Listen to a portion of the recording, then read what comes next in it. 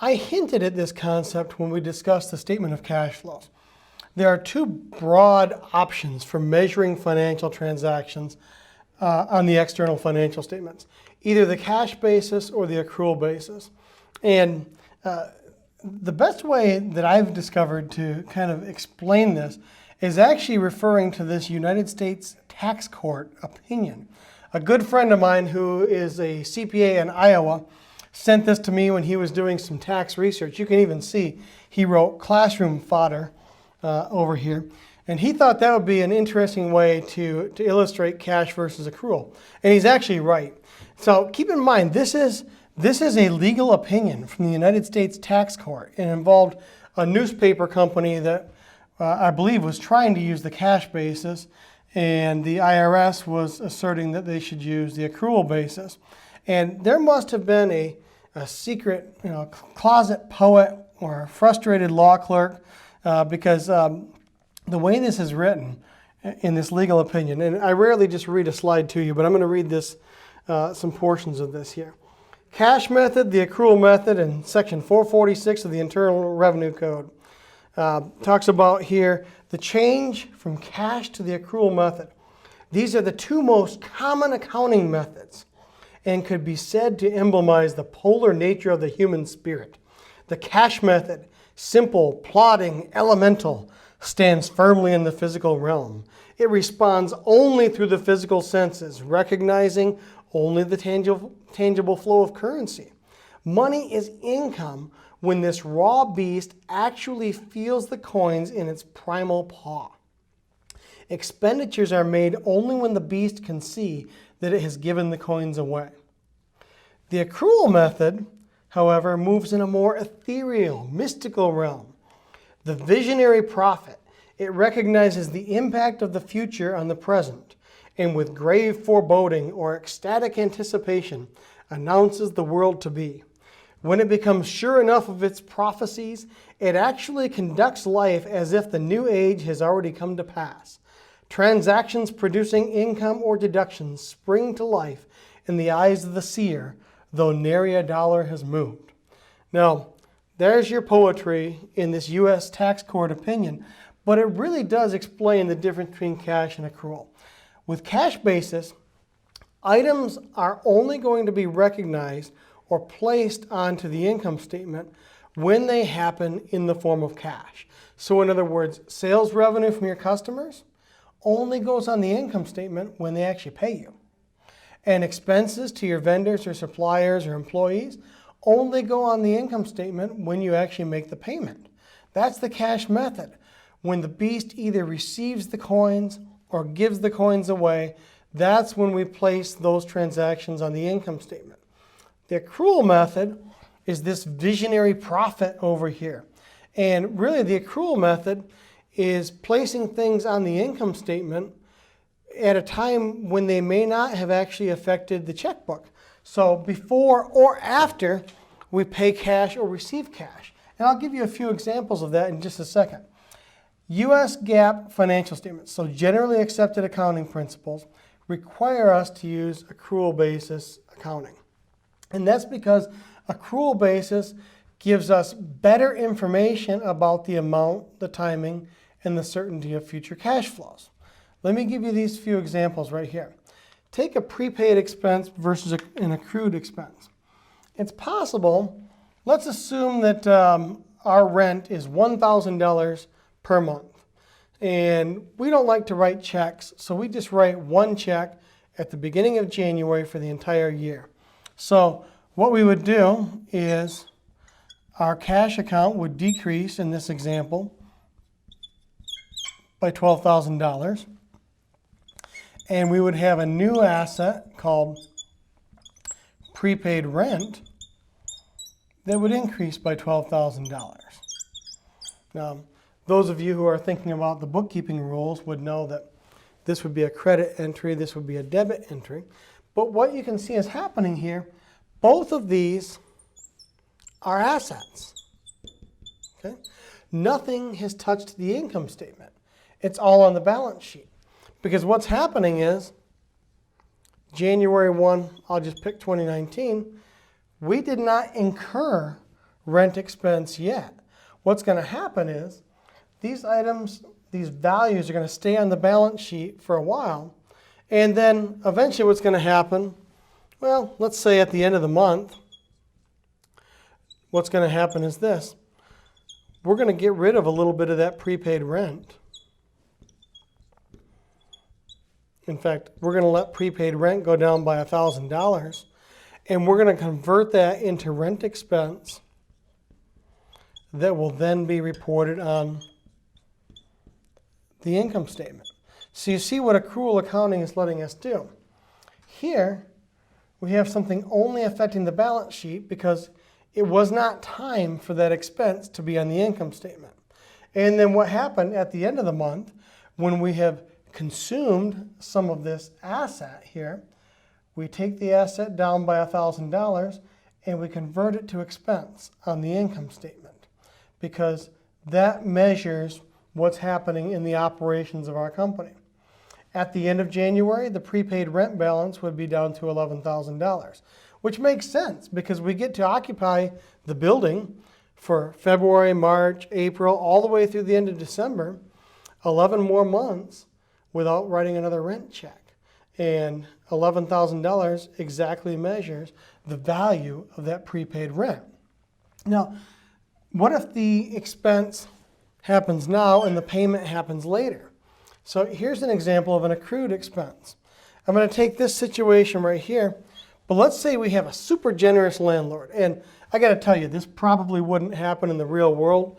But let's say that the landlord tells us we can pay their rent at the end of the year. So what has to happen is this. We still need this month of January to have $1,000 of rent expense because we occupied the building. So what we would do at the end of January, we would record $1,000 of rent expense, just like we did down here.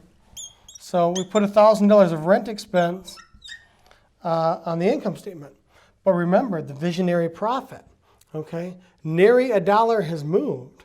So the grave foreboding here is that we recognize the expense, and now we would recognize also on the balance sheet a current liability called accrued rent. Okay? So you see what's happening here is it doesn't make a difference when the cash actually gets paid, whether we pay it at the beginning of January or whether we pay it some point in the future, maybe the end of the year. The timing of the cash flows differs, but the rent expense is still $1,000 on the income statement. And you start to see some of the value of accrual accounting now. Because if we're going to prepare an income statement for the month of January, we need to depict the costs of running our business that month. And it's important to depict the fact that we have $1,000 of rent expense in January, regardless of when we actually paid the rent. So this concept, I think, is probably one of the easiest ways to illustrate that accrual accounting. Let's take a look at one more example. We looked at an example involving expenses. Now let's take a look at an example involving revenue. You guys deal with deferred revenue every day. Okay, well, not every day, but I wouldn't be surprised if you deal with deferred revenue many times during a year. Every time you receive or purchase a gift card from a store, you're involved with an element of deferred revenue. So let's say that you want to buy a gift card for your favorite accounting professor, and let's make it Starbucks. Okay, so Starbucks gift card. So you go into Starbucks and you give them $20. They give you a gift card with $20. Here's what really happened with Starbucks. Okay, so we're accounting for this from Starbucks' perspective. Starbucks has $20. Okay, but they didn't do anything to earn that revenue yet. They're not going to earn the revenue until your favorite accounting professor goes in there and buys an iced latte or whatever. So when Starbucks initially issues this gift card, what they're going to do is they're going to credit an account called deferred revenue. This is a current liability account. Nothing has yet touched the income statement because Starbucks didn't earn that revenue yet. Everything here is on the balance sheet. Asset increases, current liability increases. Then down the road, when somebody uses that gift card, look what's going to happen. And let's just keep it simple. Let's assume that we use the entire gift card balance. So this liability account called deferred revenue is going to go away. And now on the income statement, sales revenue can be measured and recorded. So this is on the balance sheet. This is on the income statement. Look at what happened here. Accrual accounting allowed us to report the sales revenue in the period when it was earned. In fact, assume that this happened in, let's say, January, and nobody used the gift card until much later, maybe November. So the sales revenue should appear on Starbucks' November income statement because that's when they sold the coffee and pastries or whatever, not when they actually received the cash. So you see one of the fundamental differences. If we were using cash basis accounting, this revenue would actually be recorded on the income statement in January because that's when the beast saw the coins in its paw. But under accrual accounting, the sales revenue gets deferred and reported on the income statement, not when we receive the cash, but when we actually fulfill the obligation to the customer by providing them with, in this case, food and beverage. Okay? And the balance sheet up here really protects the income statement. It keeps these dollars off of the income statement until the time is right. Now, of course, this is a situation where cash flowed into the organization before it was earned. It's possible, and it's actually quite common, to have a circumstance where you make a sale to your customer and then they pay you at a later date. Probably doesn't happen with Starbucks unless you're doing some kind of corporate event, but it happens all the time in business-to-business transactions. So let's say that we have a company that plows our parking lot in the winter. We're doing the plowing, I should say. So we're in the business of snow plowing. And so in the month of January, we provide plowing services to some customers. What we're going to do is we're going to want to record those revenues on the January income statement, even if we didn't get paid until a later date. So in January, on the income statement, we record sales revenue going up. And I'm just going to make a number up here, $10,000. Okay, so that's on the income statement. But we didn't get paid yet. Now, we don't have cash to increase. Remember that with bookkeeping, we're always affecting at least two accounts. So instead of increasing cash by $10,000, we're going to increase something called accounts receivable. Accounts receivable is a current asset, and it measures the amount of money that our customers owe to us. And that's what we're seeing happening here. We were able to, because of accrual accounting, we were able to record something on the income statement before it was received in the form of cash.